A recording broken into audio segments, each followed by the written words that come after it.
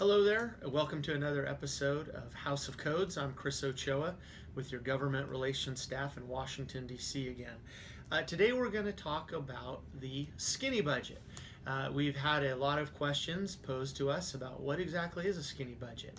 And really, it's exactly what you picture. It is a skinny budget. In years past, we usually get proposals out of the administration and from the president that are much thicker, hundreds of pages. This budget proposal, which came out March 16 from President Trump, is about 68 pages. So while it's streamlined and easy to read, not a lot of detail. But what we do know we're going to try to pass along to you today. A couple areas in the budget that did well, and we'll see our proposed increases, are in national defense spending as well as border security. We hear those in the news a lot, and those are where some of the increases are. There are several budget cuts being proposed, and we're going to highlight just a few of those today, which we think concern you, our members, the most. Significant cuts to the Environmental Protection Agency in the neighborhood of 30% of their overall budget, with HUD, Housing Urban Development, of 13%, and the Department of Energy of a little more than 5%.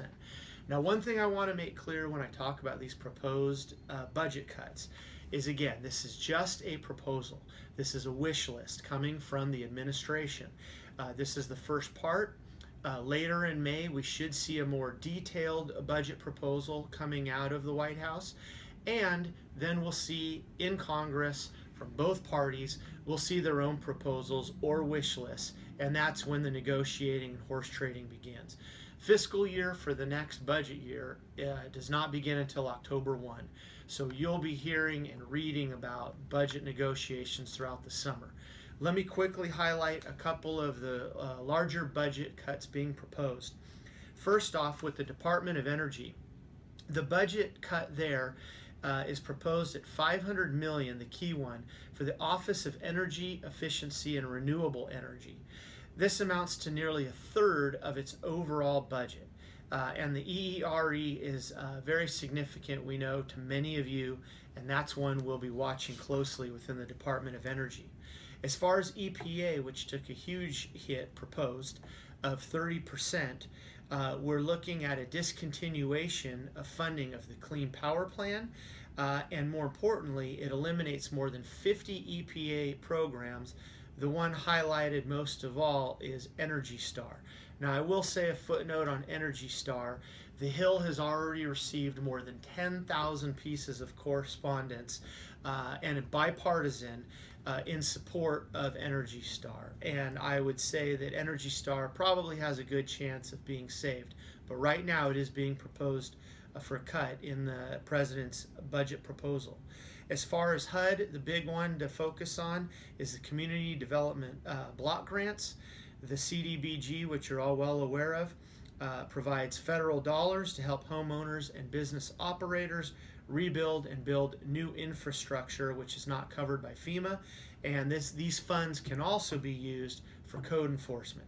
So this is a big one. Those are some of the highlights from the skinny budget. Again, I want to make it very clear, it's just a proposal. We're going to be hearing a lot about budget negotiation throughout the summer before the new budget fiscal year starts October 1st.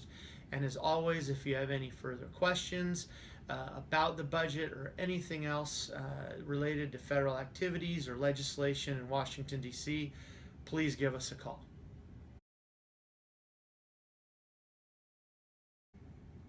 Hello, Chris Ochoa here again at ICC Government Relations in Washington, D.C., and this is part 2 of our budget discussion for our House of Codes episodes. And in part 1, which is also posted here on the website, we discussed in some detail the president's proposal, budget proposal. There were a number of cuts. If you've reviewed it, which I hope part 1, you know one thing we did discuss in going through many of the proposed cuts is that, again, this was just the president's proposed budget, a wish list. We anticipated that there would be much horse trading, and that's exactly what's occurred. We're bringing you part two now because we now know that the federal government, is going to be funded through the end of the year and up to the beginning of fiscal year 18, which starts in October. So the federal government is funded now through 17.